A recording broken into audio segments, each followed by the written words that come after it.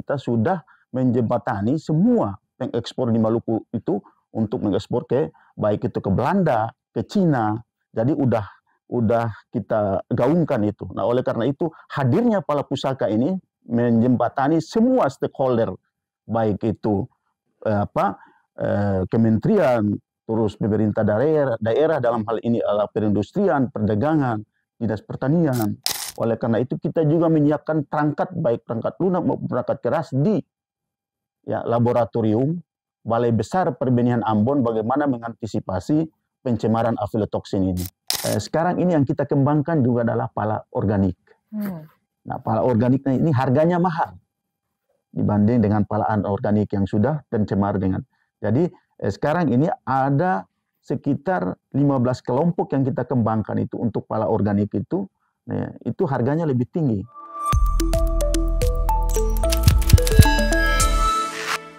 Halo sahabat kebun semuanya, selamat datang di Podcast Bun, podcast yang pastinya sudah sahabat kebun nanti-nantikan. Bertemu lagi dengan saya Puspa Berliandi sebagai host Podcast Bun kali ini dengan tema yang sangat menarik pastinya dan selalu terbaru ya. Pada penasaran nggak kira-kira temanya apa sih? Oke nih, saya langsung aja kasih tahu kepada sobat kebun semuanya bahwa tema kita kali ini adalah percepatan tata kelola dan penguatan usaha berbasis korporasi pekebun atau bisa disebut dengan pala pusaka. Di sini juga saya mendatangkan narasumber yang sangat luar biasa dan expert di bidangnya, tapi narasumber kita kali ini tuh datangnya cukup jauh loh dari Ambon. Gak sabar banget saya ingin langsung memperkenalkan kepada sahabat kebun semuanya. Ini dia, selamat datang kepada Bapak Anwar M. Nur, SPMSC, yang menjabat sebagai Kepala BBPPTP, yaitu Balai Besar Perbenihan dan Proteksi Tanaman Perkebunan Ambon. Selamat datang Bapak Anwar. Terima kasih Mbak Puspita. Mbak Puspa. Mbak Puspa. Emang ya nama saya itu emang suka agak-agak Puspita. Puspa tuh emang mirip-mirip ya Pak. Terima kasih. Bapak, saya mengucapkan terima kasih sebelumnya. Bapak berkenan hadir jauh-jauh ya ke Jakarta untuk mengisi podcast Bun kali ini. Sungguh kehormatan bagi saya untuk ngobrol juga nih langsung sama Bapak mewakilkan penasaran-penasarannya sahabat kebun semua Pak. Bapak di sini itu menjabat sebagai Kepala BBPPTP Ambon ya Pak ya. Saya mau tahu nih Pak, tugas dan fungsinya itu menjabat sebagai Kepala dari BBPPT Ambon itu seperti apa Pak? Ya, terima kasih. Memang kita ketahui bersama bahwa Balai Besar Perbenihan dan Proteksi Perkebunan Ambon ini membawahi beberapa wilayah ya.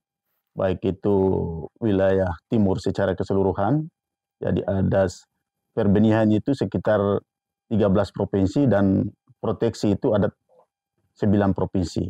Nah, tugas dan fungsi kami itu di Balai Benih ini dan Proteksi Perkebunan Ambon ini, pertama bagaimana menyusun anggaran, program, kegiatan, ya, sama dengan tugas-tugas yang dilaksanakan oleh teman-teman di balai yang lain.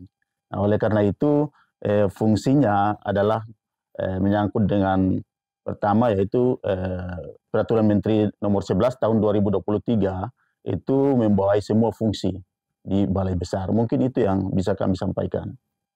Jadi cukup besar ya Pak memang ya ranahnya tadi ya. Dan itu di wilayah timur ya Pak ya. Oke, baik Bapak. Bapak Anwar, tema kita kali ini kan mengenai percepatan tata kelola dan penguatan usaha berbasis korporasi pekebun nih atau pala pusaka ya Pak ya. Di sini pasti sahabat kebun itu penasaran Pak. Pala pusaka itu apa ya Pak? Ya, terima kasih. Pala pusaka ini adalah memang kalau orang di Maluku itu menunjukkan bahwa pala pusaka ini adalah salah satu budaya yang sudah turun-temurun dari nenek moyang kita bahwa mereka itu menyimpan benih. Ya, pala pusaka itu berarti menyimpan benih, ya.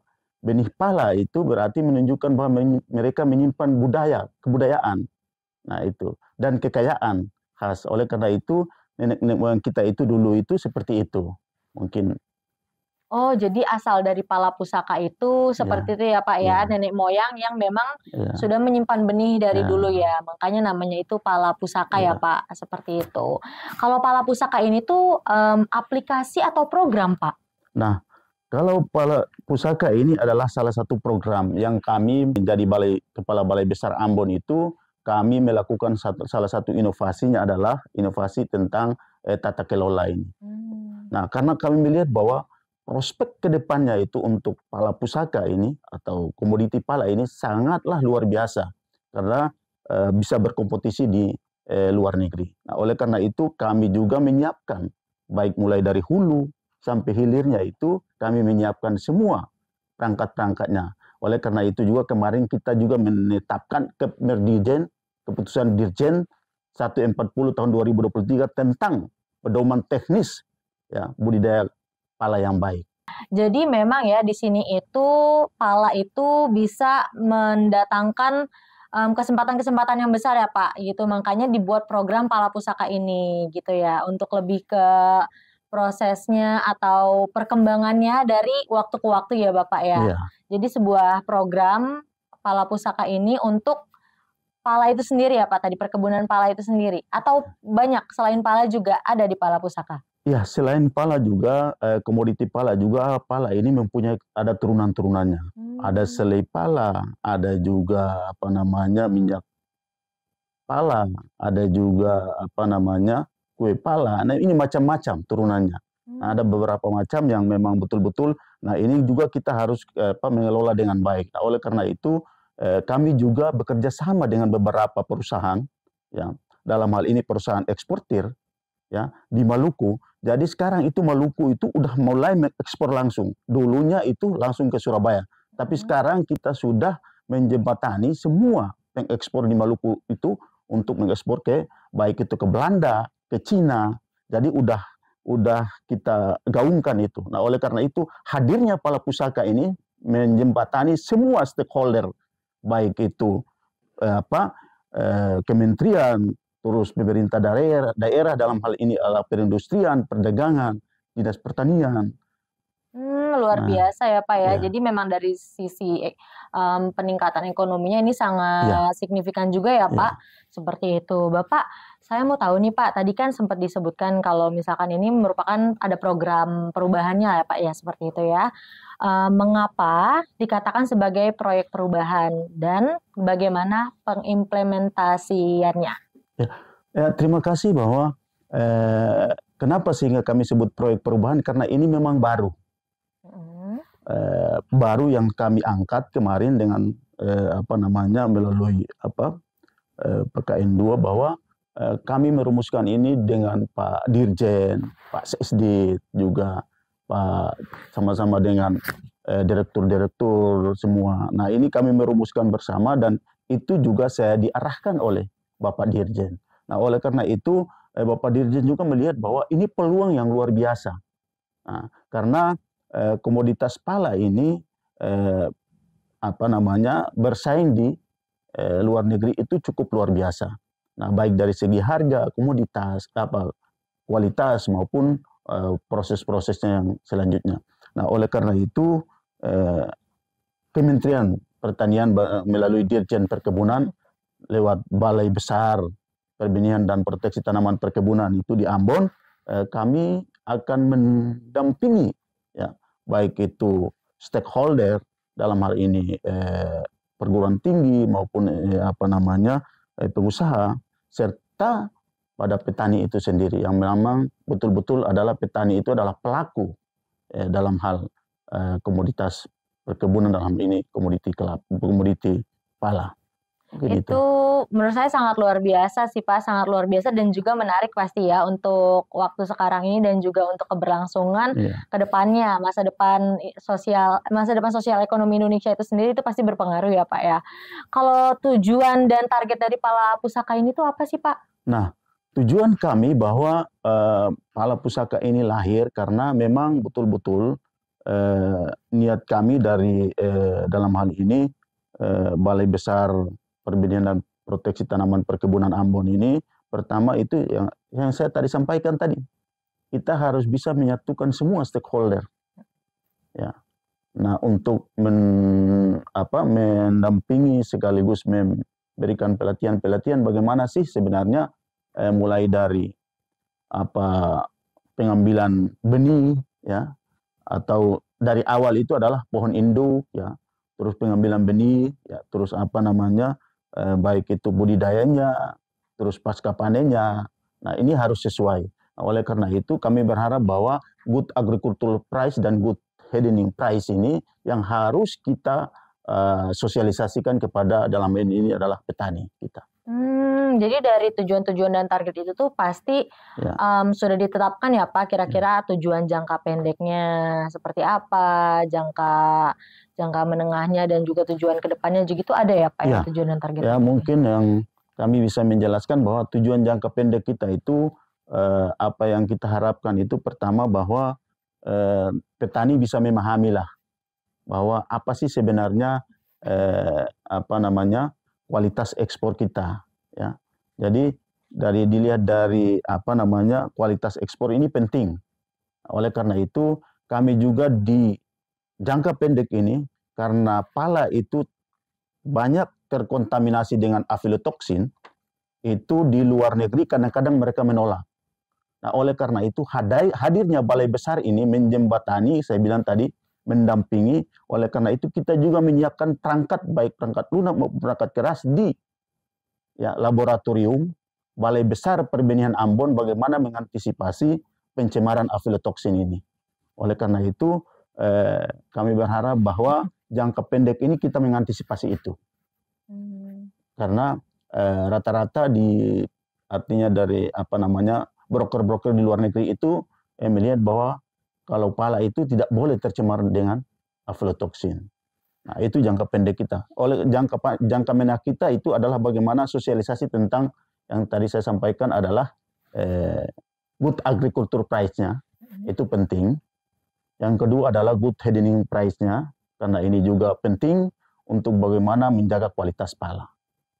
Nah, itu jangka menengah kita. Untuk jangka panjangnya kita bagaimana melakukan harus ada kontribusi kita terhadap dalam hal ini adalah bagaimana bisa mendatangkan baik itu PAD maupun yang lainnya, sehingga pemerintah daerah juga bisa mendapatkan hasilnya. Dengan hadirnya pala pusaka ini kita sudah 2 kali melakukan ekspor, baik itu ekspor ke Cina maupun ke Belanda. Nah, ini juga disambut baik oleh teman-teman dari pengusaha, sehingga apa yang kita lakukan itu bisa mendapatkan hasil semua, baik itu petani maupun pengusaha. Luar biasa, luar biasa. Jadi di sini juga kalau tadi saya dengar ya dari jangka pendek, jangka menengah, sampai jangka panjangnya itu memang awalnya itu harus ada kepercayaan ya Pak, kepercayaan yang kepercayaan yang bisa dipercaya nih oleh para pengusaha-pengusaha untuk bisa mempercayakan program ini juga gitu loh. Jadi kan itu mengaruh juga kan ke sosial ekonomi, terus juga jadi petani juga jadi makmur, pemerintah juga mendapatkan hasilnya seperti itu ya Pak ya. Jadi memang program ini tuh dan pala ini tuh banyak sekali ya manfaatnya dan juga terasa gitu aspek-aspeknya. Apalagi kalau misalkan program ini berjalan. Bapak, saya juga mau tahu nih Pak, upaya akselerasi pala pusaka. Upaya akselerasi pala pusaka itu bagaimana Pak? Ya,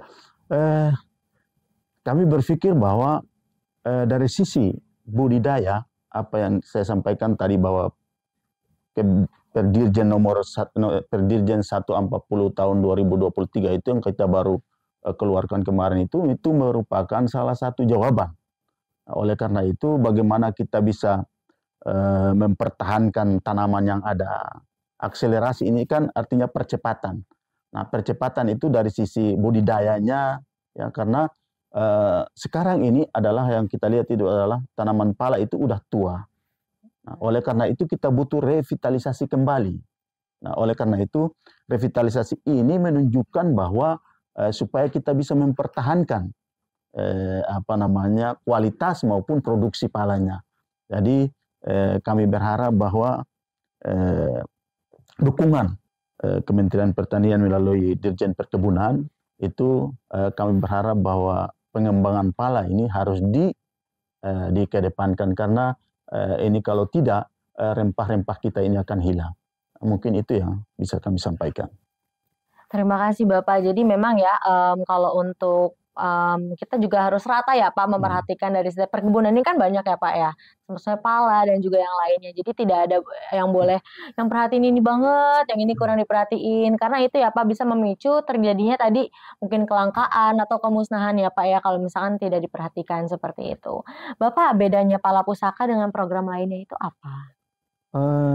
Sebenarnya sama sih kalau mulai dilihat programnya. Cuma kalau di sini kan kalau misalkan ya taruhlah kakao, saya contohkan. Kakao itu kan sudah ada punya apa namanya kumpulannya, baik itu apa namanya kelompok taninya, untuk apa dalam hal ini korporasinya. Nah, kami melihat bahwa pala ini belum. Nah, oleh karena itu kami juga melaksanakan ini seperti apa yang saya sampaikan tadi bahwa kakao itu. Jadi kita sebenarnya mengikuti kakao aja ini sebenarnya. Nah, jadi kita melihat mulai dari hulu sampai hilirnya sampai pada tingkat bagaimana korporasi itu bisa dikembangkan. Nah, karena kalau tidak masing-masing dengan apa namanya dengan kelompoknya masing-masing tidak akan ketemu. Oleh karena itu kami mengumpulkan supaya ini menjadi besar gitu. Korporasinya bisa menjadi besar. Nah, tidak terlepas daripada itu juga kami menyampaikan bahwa pala ini, komoditas pala ini adalah sebenarnya komoditas pala yang memang betul-betul yang kita lihat bahwa dari sisi pohon induknya itu udah mulai tua. Terus dari sisi lahannya, artinya pohonnya sudah mulai berkurang, mungkin ketuaan. Nah, itu yang mungkin yang kita harus lihat. Nah, oleh karena itu kami berharap bahwa akselerasi ini sih bisa dilaksanakan. Semoga terlaksana ya Pak harapan-harapan Bapak seperti itu. Jadi kurang lebih pala pusaka dan program lainnya seperti Kokoa itu kurang lebih sama ya Pak ya. Bapak merasakannya atau ada perbedaan yang paling signifikan gitu dari pala pusaka ini? Kalau perbedaannya sih sebenarnya dari sisi kalau pala itu lebih pada kualitas ya. Kalau cok kakao itu ya, tapi kalau pala ini dia membutuhkan penanganan yang memang mulai apa yang saya sampaikan tadi, mulai dari hulu, jadi pemilihan benihnya sampai kepada pasca panen, sampai kepada yang tadi saya sampaikan harus dimasukkan sampelnya harus dimasukkan ke lab lagi baru bisa diekspor. Jadi memang harus diperhatikan dengan detail ya Pak untuk bisa menciptakan kualitas yang baik seperti itu ya Pak. Bapak kalau untuk dampak positif dari pala pusaka apa yang Bapak rasakan selama ini? Iya, dampak positifnya sekarang yang kami sudah rasakan atau petani-petani yang dalam hari ini adalah pelaku pekebun itu sudah merasakan. Karena apa? Sekarang ini yang kita kembangkan juga adalah pala organik. Nah, pala organiknya ini harganya mahal dibanding dengan pala anorganik yang sudah tercemar dengan. Jadi sekarang ini ada sekitar 15 kelompok yang kita kembangkan itu untuk pala organik itu harganya lebih tinggi. Misalkan pala organik itu taruhlah yang biasa itu pala yang biasa itu taruh harganya 70. Kalau pala organik itu sudah di atas 100. Oleh karena itu ini yang kami kembangkan sekarang. Nah, oleh karena itu bagaimana yang tadi Puspa sampaikan tadi bahwa kesejahteraan sudah mulai dilihat ya, dalam ini terus dari sisi usahanya, pengusaha sudah mulai dikembangkan. Nah, sekarang ini yang tadinya kita mulai cuma 2 perusahaan, sekarang ini udah masuk 4 perusahaan yang untuk bagaimana mengembangkan atau menampung komoditas pala ini untuk diekspor. Mungkin itu yang. Jadi luar biasa ya Pak. Jadi sejauh ini memang sudah ada perkembangannya. Kayak tadi perusahaannya juga dari 2 sudah ke 4 dan juga sekarang palanya juga sudah lebih pala organik tadi ya Pak ya. Jadi memang kalau misalkan emang dari benihnya itu udah berkualitas, dari hasilnya juga pasti berkualitas seperti itu. Dan kalau misalkan dari hasilnya sudah berkualitas, insya Allah pendapatannya juga meningkat ya Pak ya, Iya, bagi iya, para pengusaha, petani dan juga pemerintah itu sendiri ya Pak iya, ya. benar. Oke baik, Bapak sejauh ini tantangan dan kendala yang Bapak rasakan di Pala Pusaka seperti apa Bapak? Nah, ini yang luar biasa yang kami hadapi juga teman-teman di balai, baik itu teman-teman di lapangan yang memang eh, kadang-kadang kita harus bisa mendampingi secara terus-menerus. Hmm.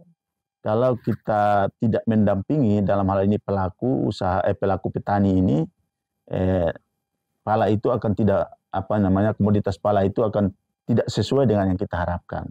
Nah, oleh karena itu kami sekarang itu menempatkan semua ada sentra-sentra produksi pala itu kami menempatkan petugas yang untuk bagaimana mendampingi. Baik dari sisi bagaimana untuk pembersihan. Nah, karena itu pembersihan juga penting dalam hal bagaimana menjaga kualitas pala itu. Nah, oleh karena itu saya berharap bahwa ke depan ini saya lebih cenderung kepada bagaimana revitalisasi kembali yang sudah pala yang sudah tua. Ya, karena pala yang sudah tua itu agak banyak ya yang sudah produksinya sudah tidak maksimal lagi. Nah, ini yang harus perlu ada peremajaan kembali. Nah, mungkin itu yang bisa disampaikan. Jadi sangat disayangkan ya Pak ya, pala-pala yang sudah tua tadi itu berjumlah dengan banyak, jadi memang harus diperhatikan lebih detail lagi ya Pak untuk kedepannya seperti itu. Berikut kan sebelumnya Bapak tadi sudah menjabarkan dan memberitahu sahabat kebun semuanya ya Pak, tantangan yang selama ini Bapak hadapi dan rasakan seperti itu. Sekiranya Pak, ada nggak sih solusi atau strategi ke depannya gitu untuk tantangan-tantangan tersebut gitu? Mbak Puspa, terima kasih. Solusi kami untuk kedepannya itu karena ini adalah rentang kendali antar pulau, ya. Maluku itu adalah ya tidak sekedar hanya satu hamparan, tapi dia antar pulau. Oleh karena itu rentang kendali ini luar biasa. Kita harus bersama-sama kita harus melihat bersama. Saya sampaikan juga di Pak Dirjen bahwa Maluku itu unik sebenarnya, ya unik karena apa saja bisa tumbuh Maluku itu. Luar biasa. Ya, apa aja bisa tumbuh. Nah, oleh karena itu mereka ini turun temurun yang saya bilang dari dulu sampai sekarang itu adalah usahanya adalah komoditi pala. Dalam ini tanaman pala. Nah, oleh karena itu kami berpikir bahwa apa sih sebenarnya yang harus kita kembangkan. Nah, karena kami berpikir kalau tidak ada solusi, ya tidak ada solusi maka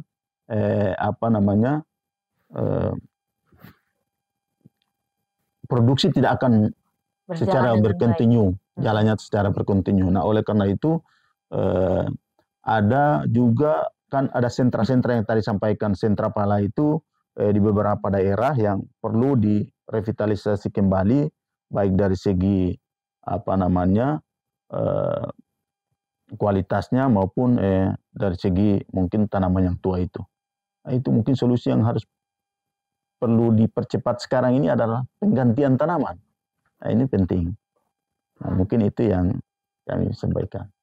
Terima kasih Bapak, semoga penyampaiannya, harapannya juga segera terwujud ya Pak ya. Seperti itu. Jadi memang sih ya Pak, sekarang kan banyak tanaman-tanaman yang sudah pastinya tua dan perlu direvitalisasi segera ya Pak, karena itu lebih memakan waktu juga. Sayang ya Pak, sayang di waktu gitu. Dan kalau misalkan memang direvitalisasi segera mungkin, itu lebih efisien Pak ya untuk proses ke depannya seperti itu. Bapak tadi kan itu adalah